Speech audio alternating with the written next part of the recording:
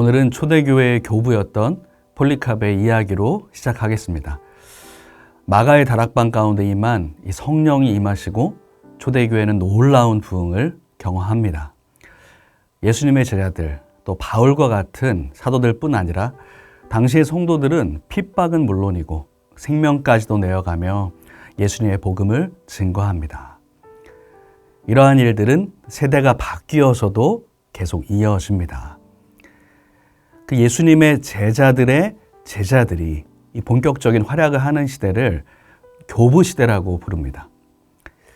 이때에도 교회 교부들을 중심으로 복음을 담대히 증거하면서 놀라운 부흥을 이어가게 됩니다. 주 155년도 당시 교부였던 이 폴리갑의 이야기는 우리에게 참 잘 알려져 있습니다. 예수님을 믿는다는 이유로 또 증거한다는 이유로 화형을 당할 위기에 그는 처하게 됩니다. 그때 예수님을 부인하면 살려주겠다라고 말하는 자들을 향해서 그는 이렇게 말했다고 합니다. 저는 86년 동안 주님의 종이었고 주님은 저에게 한 번도 아무런 잘못도 하지 않으셨습니다. 그런데 저를 구원하시는 왕을 어떻게 모독할 수 있겠습니까? 이렇게 고백하면서 담대하게 순교했다고 합니다. 그의 이러한 담대함과 용기는 당시 믿지 않는 자들에게 큰 도전을 주었다고 합니다. 여러분, 우리도 그러하지 않습니까? 그 찬양의 가사 가운데 하나님 한 번도 나를 실망시키신 적 없으시고 언제나 공평과 은혜로 나를 지키셨네. 이러한 가사처럼 주님은 신실하게 우리를 인도하고 계시는 줄로 믿습니다. 그렇기 때문에 우리 또한 우리 주님을 향한 신실한 믿음으로 나아가야 합니다. 하지만 연약한 존재인 우리는 때로 그러하지 못할 때가 있습니다. 그 대표적인 예가 베드로입니다. 베드로는 예수님의 수제자로 누구보다 앞장서서 예수님을 따른 사람입니다. 예수님이 최후의 만찬 가운데 자신의 죽음을 말씀하실 때에 그때에도 그는 끝까지 자신은 주님을 따르겠다 호언장담한 사람입니다. 요한복음 13장 36절부터 38절에 보면 시몬 베드로가 이르되 주여 어디로 가시나이까? 예수께서 대답하시되 내가 가는 곳에 내가 지금은 따라올 수 없으나 후에는 따라오리라. 베드로가 이르되 주여 내가 지금은 어찌하여 따라갈 수 없나이까? 주를 위하여 내 목숨을 버리겠나이다. 예수께서 대답하시되 내가 나를 위하여 내 목숨을 버리겠느냐? 내가 진실로 진실로 내게 이르노니 닭 울기 전에 내가 3번 나를 부인하리라. 이런 예수님의 말씀처럼 베드로는 십자가로 끌려가시는 그 예수님 앞에서 3번 부인합니다. 심지어 저주하기까지 하면서 예수님을 부인하게 됩니다. 하지만 부활하신 예수님께서는 다시금 이 베드로를 찾아오셔서 물으시죠. 내가 나를 사랑하느냐? 이 질문 앞에 베드로는 바로 주님이 아십니다 라고 대답합니다. 그 답을 들으신 그 예수님께서는 또한 이렇게 말씀하십니다. 요한복음 21장 18절과 19절의 말씀입니다. 내가 진실로 진실로 내게 이르노니 내가 젊어서는 스스로 띠띠고 원하는 곳으로 다녔거니와 늙어서는 내 팔을 빌리리니 남이 내게 띠띠우고 원하지 아니하는 곳으로 데려가리라. 이 말씀을 하심은 베드로가 어떠한 죽음으로 하나님께 영광을 돌릴 것을 가리키심이로라. 이 말씀을 하시고 베드로에게 이르시되 나를 따르라 하시니. 두려움 많던 베드로, 그래서 주님을 3번이나 부인했던 베드로는 이렇게 다시금 주님의 사명을 받게 됩니다. 그리고 예수님께서 약속하신 성령이 임하시자 그 누구보다 담대히 예수님을 증거하는 사람으로 변화됩니다.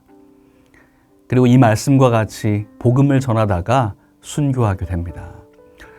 그의 마지막 순교할 때에 이렇게 말했다고 하죠. 감히 예수님과 같은 모습으로 내가 순교할 수 없다. 십자가에 거꾸로 매달려 달라라고 말했다는 이야기가 전해집니다. 그는 그렇게 예수님을 위해서 결국 담대함으로 승리하며 나아갔습니다. 요한복음 13장 36절 말씀에서 예수님께서 내가 지금은 따라올 수 없으나 후에는 따라오리라 하신 말씀이 그의 생애 가운데 이루어지게 된 것입니다. 여러분, 베드로는 어떻게 예수님을 위해 다시 일어설 수 있는 용기를 얻게 되었을까요? 먼저는 베드로는 부활하신 주님이 주신 사명을 통해 다시 일어서게 됩니다. 예수님은 부활 후에 이 베드로를 만나셔서 3번 물으십니다. 내가 나를 사랑하느냐? 그러면 내 양을 치라.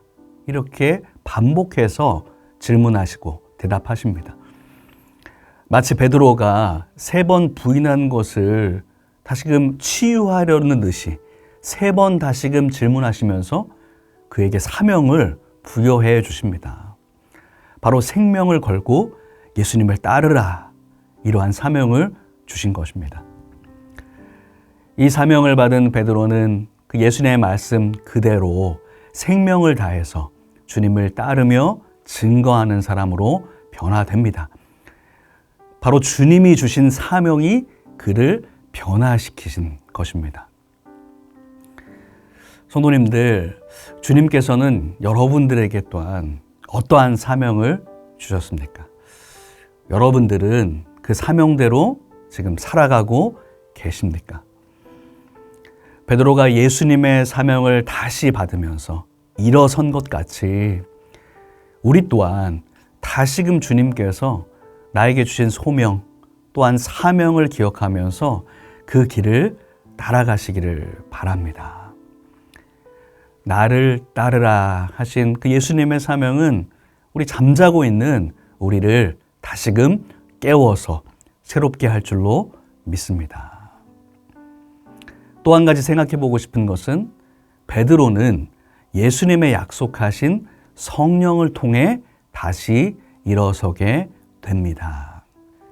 예수님은 십자가 지기 전에 또 부활하신 이후에도 보혜사 성령이 임하실 것을 약속하십니다.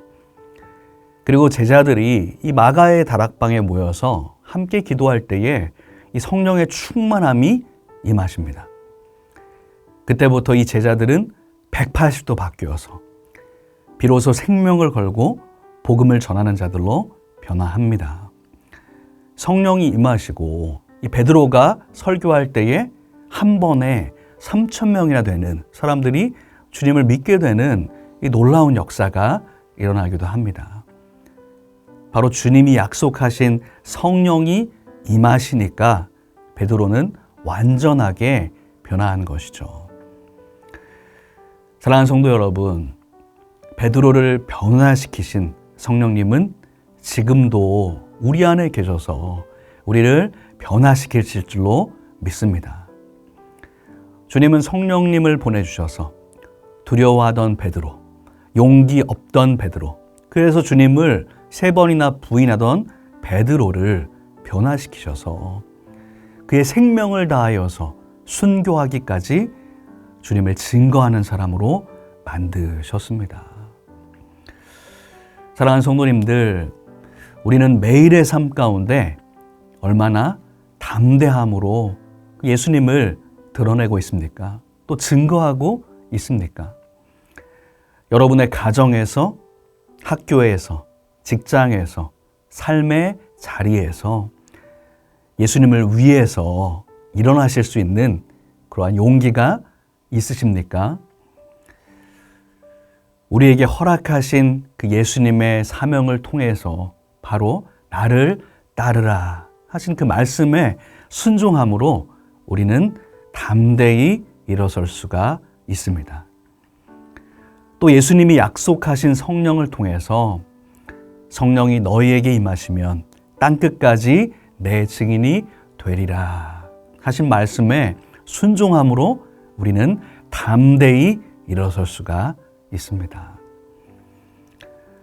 오늘도 예수님을 위해서 다시 일어서며 그분께 순종하는 믿음으로 나아가시는 여러분들 되시기를 축복합니다. 기도하겠습니다. 우리의 삶의 주관자가 되시는 주님, 두려움 많고 겁 많던 베드로를 변화시키셔서 생명을 다해 사명을 감당하게 하신 주님께서 우리의 삶 또한 변화시켜 주옵소서. 주님께서 우리에게 주신 사명을 기억하며 성령 충만함으로 예수님을 따르는 제자로서의 삶을 살게 하옵소서. 예수님의 이름으로 기도합니다. 아멘.